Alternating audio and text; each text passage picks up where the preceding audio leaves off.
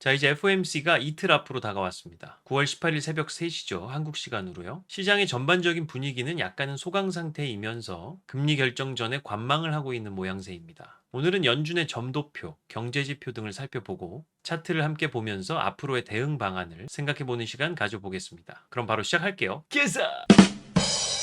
자, 우선 오늘 재밌는 이슈가 좀 있었죠. 미국 항소법원에서 리사 쿡 연준 이사의 직책 유지 판결이 나왔습니다. 결국 트럼프 대통령의 해임 통보가 무산으로 돌아간 거죠. 연준을 장악하려는 모양새였는데 대법원에 상소는 한다 하지만 사실상 이번 9월 FOMC 투표에서 리사 쿡 이사가 참여를 하는 데는 문제가 없습니다. 네, 이 리사 쿡 이사는 조 바이든 대통령이 임명한 인물이죠. 미시간 대학교 경제학 교수 출신입니다. 근데 생각보다는 매파적인 인물은 아니더라고요. 완화적인 정책을 추구를 하고 긴축이 고용시장에 미칠 부정적인 영향을 우려하는 등 약간 비둘기파적인 색채를 띠기도 하는 인물입니다. 물론 트럼프 대통령은 본인이 직접 임명을 한 인물로 연준의 이사진이 채워지길 바라겠습니다만 객관적으로 보면 리사 쿡이 완전 매파적인 인물은 아닌 것 같아요. 자, 그리고 거의 동시간대에 또 하나의 이슈가 있었습니다. 트럼프 대통령이 임명한 스티븐 미란이 상원에서 연준 이사로 최종 승인이 된 것이죠. 48대 47로 통과가 되었다고 해요. 아주 간당간당하게 통과를 했습니다. 자, 이분 같은 경우는 지난 8월에 갑자기 사임을 한 아드리아나 쿠글러 전 연준 이사의 후임으로 들어가는 거라서 임기는 26년 1월까지예요. 임시직이죠. 현재는 백악관 경제자문위원회 위원장직도 겸하고 있으므로 사실상 트럼프 대통령의 최측근이라고 봐야 하는 인물입니다. 네, 여담으로 영화 마진코를 보셨나 모르겠습니다만 거기에 리스크 관리 총괄 역할로 나오는 스탠리 투찌 배우와 참 닮았다는 생각이 들어요. 자, 어쨌든 연준 이사 이슈 관련해서는 결국 트럼프 대통령이 원하는 바를 반은 만족한 상황이 됐다고 할 수 있겠습니다. FOMC에서는 총 7명의 연준 이사와 5명의 연방준비은행 총재까지 총 12명이 투표를 해서 결정하는 시스템입니다. 일단 최근 잭슨 홀 때의 파월 의장의 발언을 미루어 보면 고용시장의 둔화가 가시화될 수 있다고 말을 했죠. 그리고 현재 페드워치 상으로도 9월 금리 인하 확률은 95.9%로 0.25% 인하는 기정사실이라고 볼 수가 있겠습니다. 미국 10년물 국채금리, 채권 수익률도 현재 4.036 수준인데요. 시장에서는 이미 금리 인하를 할 것을 시장 금리에 선반영하고 있다고 봐도 무방하겠습니다. 따라서 이제 중요한 것은 금리 인하가 되느냐 안 되느냐의 문제는 아닌 것 같고요. 결국 점도표가 어떻게 바뀌느냐가 또 중요한 이슈가 되겠죠. 지난 6월에 FOMC에서 나온 이코노믹 프로젝션 자료에서 나온 수치들을 보시죠.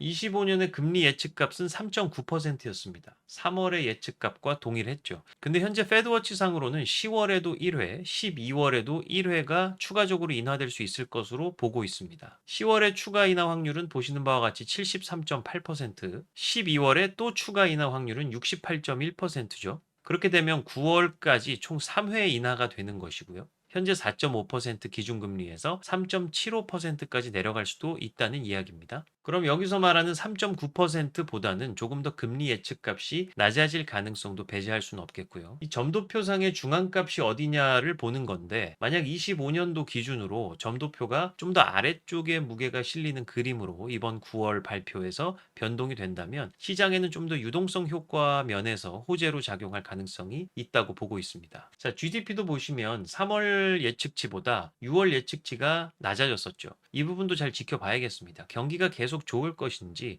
아니면 좀 더 예측치가 낮아질 건지에 따라서 금리 인하 효과와도 연결이 되니까요. 고용시장에 대한 부분도 보시면 현재는 연내 4.5%, 내년에도 4.5%, 결국에는 4.4% 정도로 계속 자연 실업률에 가까운 예측치를 내놓고 있습니다만 이번 9월에 발표될 프로젝션에서는 파월 의장의 잭슨홀 연설을 생각을 해봤을 때 이 고용이 어떻게 둔화될지 여부도 주목을 해봐야겠죠. 자, 그리고 아래는 연준에서 중요하게 보는 물가지표인 PCE와 코어 PCE에 대한 예상치입니다. 3월보다 6월에 확실히 올해 예측치가 둘 다 높아졌었죠. 그래도 내년과 내후년 최종적으로 갈수록 물가는 2%에 근접할 것이라고 보고 있습니다. 대신 이때는 관세 영향이 크게 고려되지 않았던 상황에서의 예측치였으니까 이번에는 관세 영향을 고려했을 때의 물가가 어떻게 예측이 될지도 중요하겠습니다. 따라서 저는 금리 인하 여부보다는 여기 보이는 금리 중앙값, GDP, 실업률, PCE와 Core PCE를 잘 주목을 해봐야 한다고 생각을 해요. 아마 9월 18일 새벽 3시에 금리 결정이 딱 나는 순간에 1차적인 시장에 임팩트가 있을 것이고 경제 전망치들을 해석을 하면서 또 2차적인 임팩트가 있겠죠. 제 생각에는 너무 무리하지 말고 금리 인하 전에 갖고 있는 포지션의 30% 내외를 축소하는 것도 괜찮다고 생각을 합니다. 그리고 금리 결정이 난 뒤에 다시 상황을 지켜보는 거죠. 제가 몇 번 말씀을 드리지만 돈을 잃는 것보다는 조금이라도 버는 게 100번 낫습니다. 너무 큰 익스포저로 이러한 큰 이벤트와 불확실성을 맞닥뜨리는 것은 도박이 성공했을 때는 당연히 큰 결실이 있겠지만 혹시 예상과는 다를 때의 큰 타격도 고려를 해야겠죠.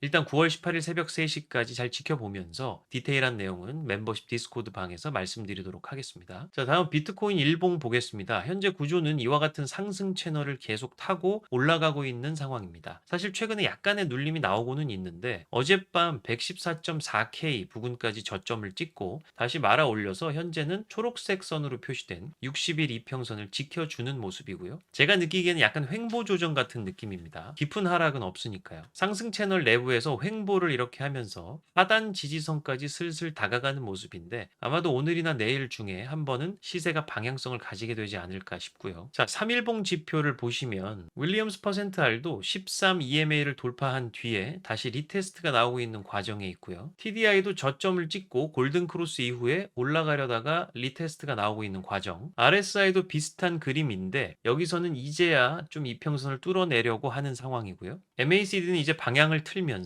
오실레이터도 점점 포지티브로 올라가고 있는 상황이고요. NRBGI도 하단에서 골든 크로스가 난 상황이고 좀 더 빠른 추세의 변환을 보여주는 스토크 RSI도 하단을 통과해서 현재 상승하고 있는 과정에 있고요. CCI도 골든 크로스 이후에 리테스트가 나오고 있는 상황입니다. 따라서 전체적으로 보시면 3일봉 기준으로 어느 정도는 저점을 다지고 올라가다가 리테스트를 잠시 받고 있는 과정이라고 해석을 해볼 수가 있고요. 저는 얼마 지나지 않아서 다시 이평선들의 지지를 받고 한 번 더 도약하는 순간이 오지 않을까 생각하고 있습니다. 네, 다음은 EMA 차트입니다. 빨주, 노초, 파보 순으로 10, 20, 40, 60, 120, 200 EMA 선들인데요. 보시면 최근 조정 때 단기 이평선들이 역배열이 되려고 하다가 다시 캔들이 반등하면서 현재는 정배열로 바뀌고 있는 과정에 있죠. 저는 이러한 과정에서는 필연적으로 눌림이 한 번은 발생한다고 봅니다. 다시 제대로 이평선들이 정배열이 되면 시세가 좀 더 빠르게 치고 갈 수 있다고 보고 있어요. 네, 최근 비트파이넥스 고래들의 롱 물량은 계속 늘지도 줄지도 않고 있습니다. 지난 케이스들도 보시면 보통 이러한 경우에 얼마 지나지 않아서 롱 물량이 감소하면서 시세가 갑작스럽게 분출이 되었던 경우들이 있었죠. 보시면 최근에 숏 물량까지도 잠깐 튀어오르는 듯 했으나 다시 감소한 모습이고요. 여기서 롱 물량이 고점을 더 높일지 아니면 물량을 줄여 나갈지는 모르겠습니다. 잘 지켜보면서 혹시나 롱 물량이 가파르게 감소를 하기 시작한다면 좀 더 긍정적인 시세 분출 신호로 받아들이고자 합니다. 자, 마지막으로 EVWMA, 스퀴즈 모멘텀, OBB Z-스코어, EFI ATR 보겠습니다. 현재 캔들은 EVWMA 14 이평선 위에서 놀고 있습니다. 이건 중요하다고 볼 수 있고요. 롱 시그널도 떠 있죠. 아직은 상승 모멘텀이 더 강한 구간이라고 보는 게 맞겠고요. 스퀴즈 모멘텀도 포지티브 영역으로 올라와 있고 변동성이 확대가 되는 하얀색 십자가 표시까지 떠 있습니다. 오실레이터가 계속 더 증가하는지 여부를 잘 지켜봐야 할 것 같습니다. OBB Z-스코어도 네거티브 영역에서 계속 감소를 하면서 0 근처로 올라오고 있죠. 보통 이런 경우들은 지난 케이스들과 비교를 해보면 점점 상승 추세로의 전환이 서서히 일어나고 있는 과정에 있다고 봐야 합니다. 매도세가 계속 감소하고 있다고 해석해도 좋을 것 같고요. 자, 마지막으로 EFI ATR은 이평선이 0 이상으로 현재 올라온 상황이죠. 잠시 리테스트 중인 상황인데 이평선의 기울기가 중요합니다. 다시 지지를 받고 반등할 가능성이 있다고 보고 있습니다. 네, 불개미 여러분, 오늘은 FOMC 전에 전체적으로 우리가 한번 점검을 해봐야 할 부분들, 주목을 해봐야 할 포인트 등에 대해서 알아보는 시간 가져봤습니다. 더 디테일한 정보는 멤버십 디스코드 채널, 무료 정보는 텔레그램에서 말씀을 드리도록 하겠습니다. 관심 있으신 분들께서는 유튜브 홈에 입장 링크를 참고하셔서